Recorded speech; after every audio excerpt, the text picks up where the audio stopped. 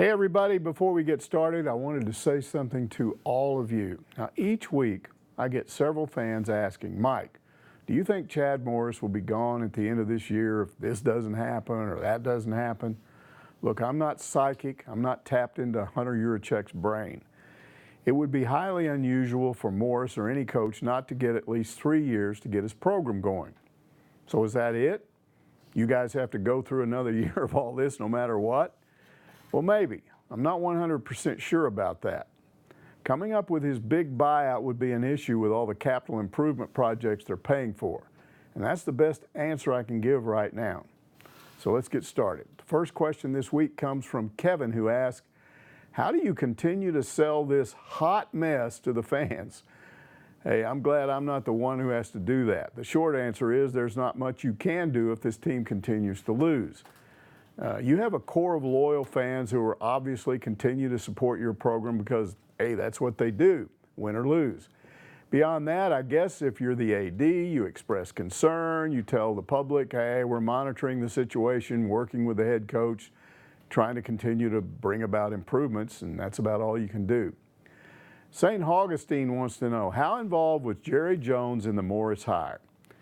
Well, he didn't force it like, hey, I'm Jerry Jones, you better hire this guy or else because I've got money. He didn't do that, but you did have an interim AD who was being advised by a lot of boosters, and Jerry Jones was one of them. And he did say some very good things about Chad Morris, and yes, because of who he is and his position as a donor to the school, his opinion did carry weight. Lanny on Hogville is curious, why does Arkansas hire unproven coaches and award them with ridiculous buyouts? You know, an inexperienced interim AD did that, and it was approved by the Board of Trustees. Now, the current AD, who did not hire Chad Morris, said right after he was hired that he does not believe in big buyouts. So we've probably seen the last of that. Now, if Hunter Yurachek pulls the trigger on Chad Morris at some point, based on how he handled the search for Eric Musselman, I'm confident that the search for a replacement for Morris would be handled much differently, as in no boosters would be heavily involved. Now, Kevin is back with this question. I'm not a fan of firing assistant coaches, just seems like shuffling the deck chairs on the Titanic. What are your thoughts? Well, it is done all the time, and sometimes it works. Now, the big problem when you do that is you're probably going to end up with out-of-work coaches who need a job as replacements for the coaches you got rid of, or coaches at lower-level schools looking to move up. A successful, proven assistant at a Power 5 school probably wouldn't walk into a situation like this. They'd want more security. Okay, I need a break. Step away from this heavy-duty stuff about what's going on with the football program and take on a couple of less weighty questions. Savad asks, which SEC schools treat you, the visiting sports media, the best, and which treats you the worst? I like that question. The best I've been to is Georgia. Hey, those people will serve you brunch, lunch, and dinner if you hang around long enough. Plus, great ice cream, really nice people. I also like Ole Miss for a different reason. They don't have a lot of rules. I went off without my parking pass one time, and they just waved me right through to the media lot. That would not happen here or at most other SEC schools. The worst, LSU. To me, it's called Death Valley because you'd almost rather die than go there. And A&M is a close second for the same reason, only I call that place Wackoville. Dr. Stark says, I'd love for you to answer these hypothetical questions. Mike, if you alone were responsible for football hires, who are the two you would have realistically hired after Petrino and after Bielema? Well, really, there would only be one, because I would have hired Mike Leach after Petrino, and he'd still be winning here, and he'd still be at the school. But there's a catch. Leach is all about offense. He wants nothing to do with defense. So I, as the AD, would have put on a search for the right defensive coordinator, just like the search for a head coach, and pay that guy top dollar.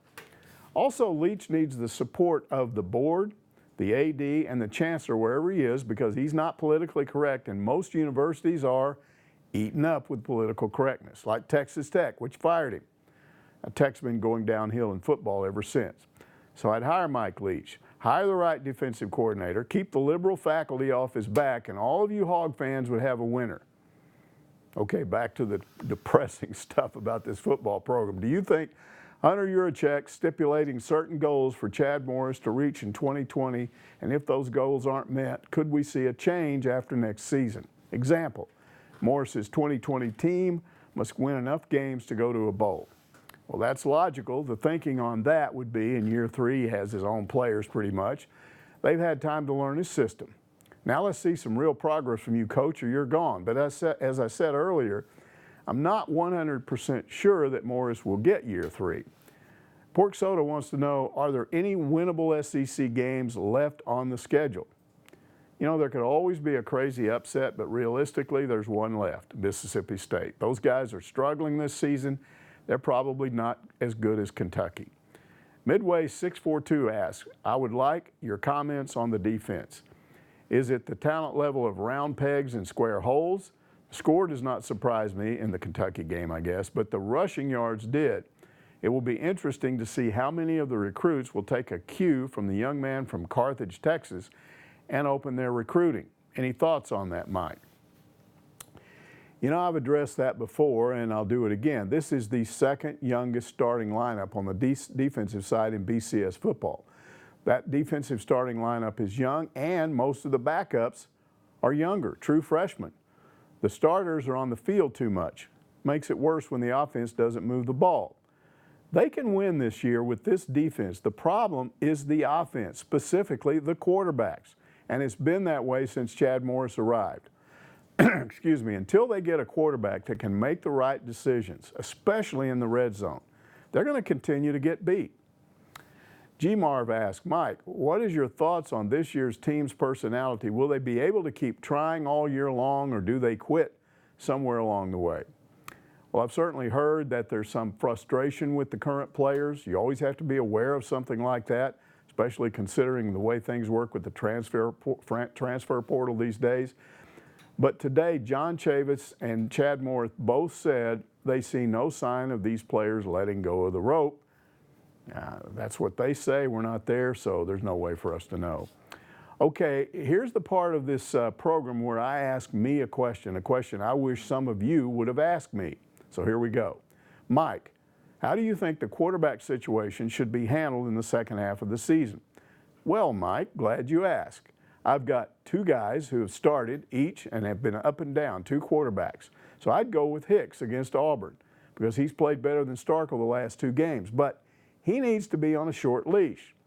If Arkansas is not scoring with Hicks at quarterback, give Starkle a shot. And don't wait until the game is lost to do it. Now, the bench appears to be a big motivator for both of those guys. This stuff about if you have 2 quarterbacks, you don't have one, that's a great line.